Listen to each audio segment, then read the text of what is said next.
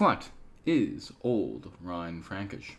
Let's find out. So, Old Rhine Frankish is a historical West Germanic dialect from roughly the 700s to the 900s in central Germany, really western central Germany, kind of around the Rhine River Rhine, and also in eastern central sort of France. It is a dialect that has within it two varieties. Yeah, because the thing is, when you learn about Old Rhine Frankish, or sometimes called Old Rhine Franconian in English, that sometimes you'd see like Old South Rhine Frankish.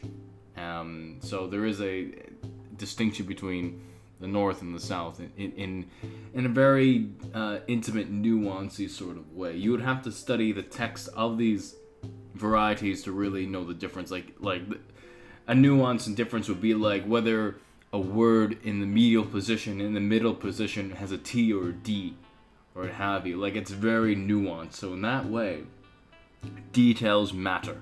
Every letter matters in determining a dialect, in determining the location, well, the general area, determining the period as well. So details matter when it comes to historical linguistics and whatnot. So let's move on.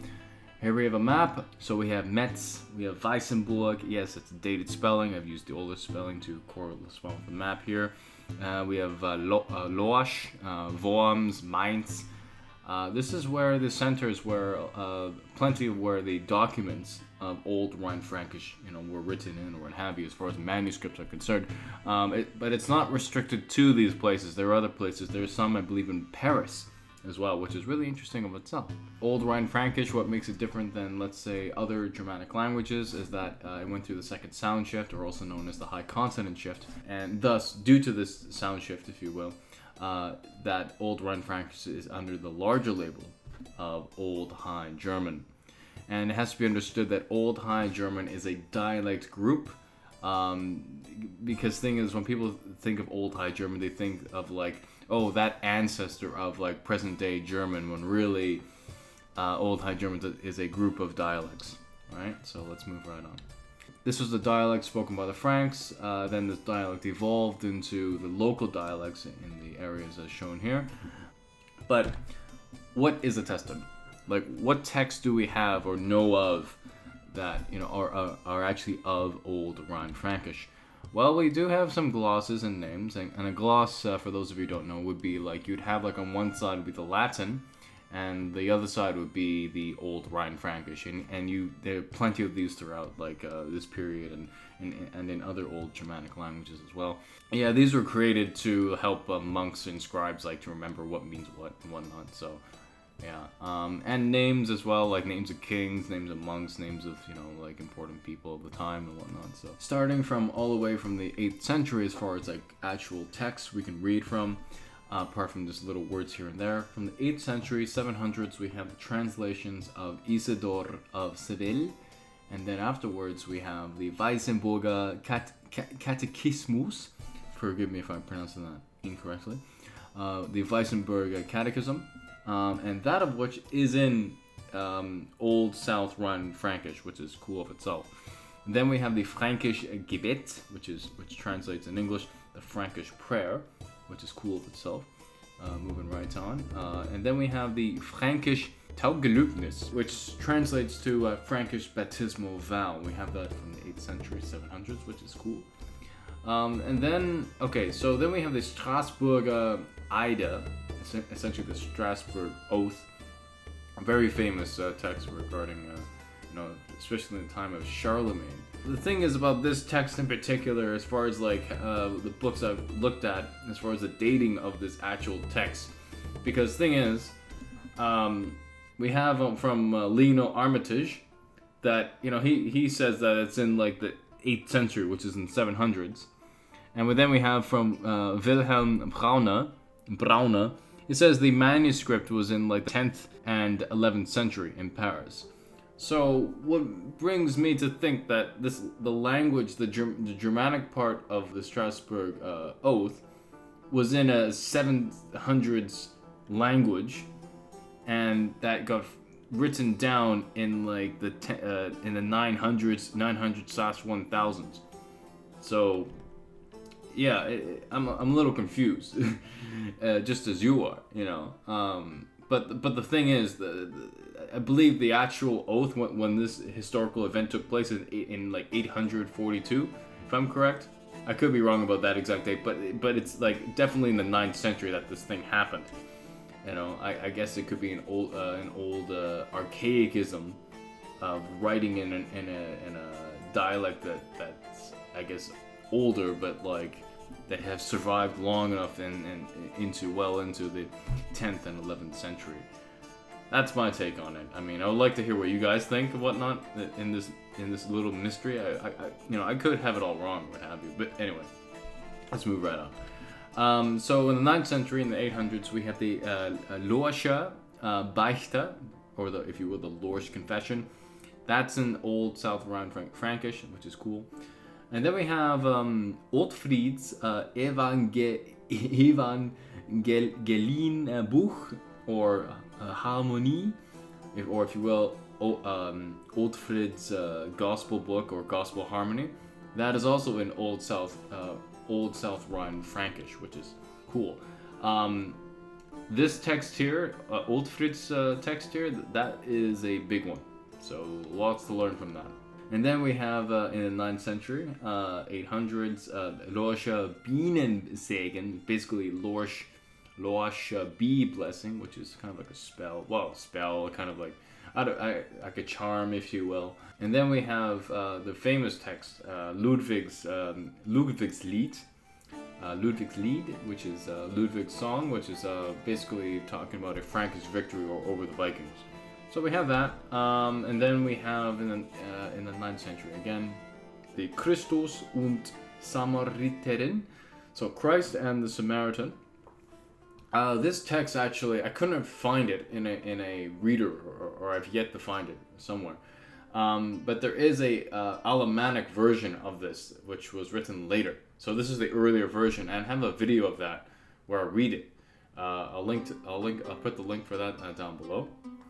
Anyway, and then later on, roughly around the 9th and 10th century, we have the Pfälzer Beichte, so the Pfalz confession.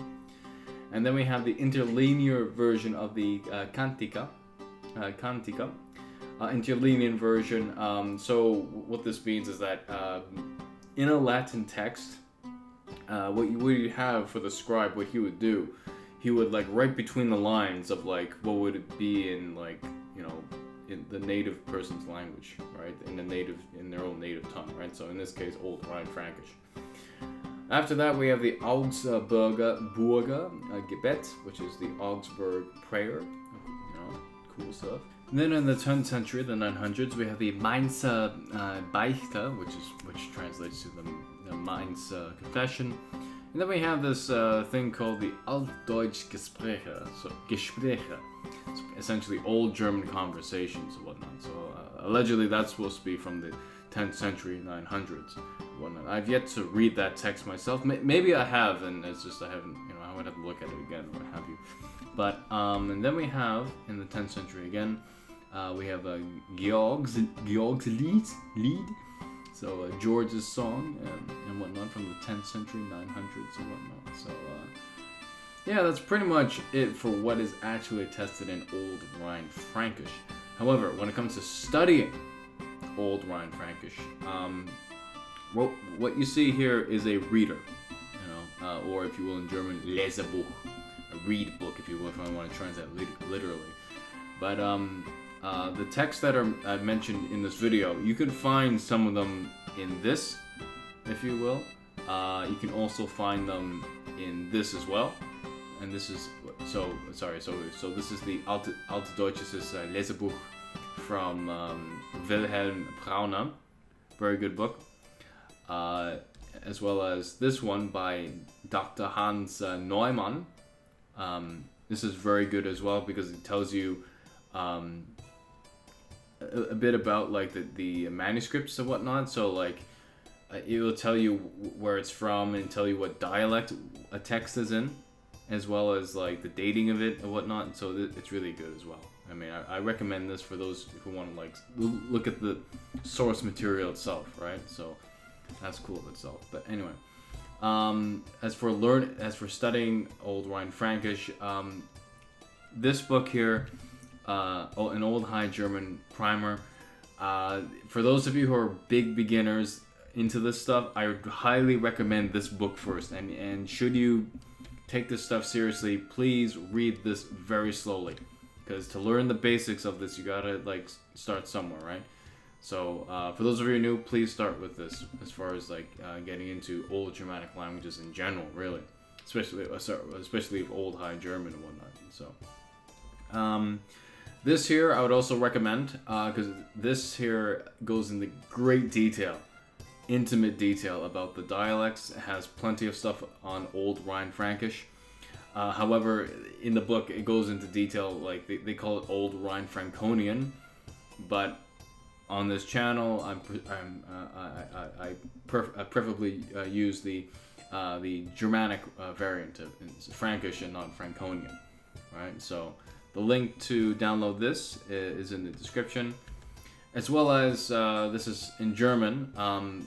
You know, for those of you who want like an advanced, like looking into Old Frankish as a language group of all the Frankish dialects of this time, I would recommend this. It's in German. If you can read German, fantastic.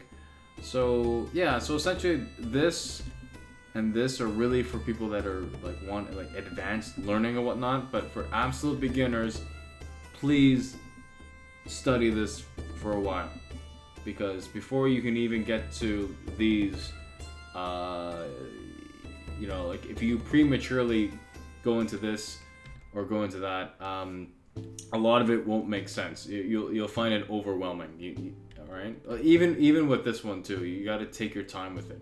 I mean, feel free to look at all of them, but like remember that this isn't something you can learn overnight. You know, don't burn yourself out. Take your time and learn this stuff. All right. It's very mentally stimulating. Anyway, so. As far as reading the Old Rhine Frankish text, we have here by Dr. Hans Neumann und wir haben Wilhelm Braune. So, to learn Old Rhine Frankish. And as well as these books here, they also have other texts too from other dialects too. But for those of you who want to study specifically Old Rhine Frankish, these two definitely have some, so that's why I put it in this video, so you can have something to look at. The links for these will be in the description below for all these books mentioned here, these PDFs and all that. So that's pretty much it, really. So anyway, guys, thank you for watching, and be sure to subscribe if you're new, and if you really like the channel, please become a patron at my Patreon page down below. Thanks for watching. Bye bye.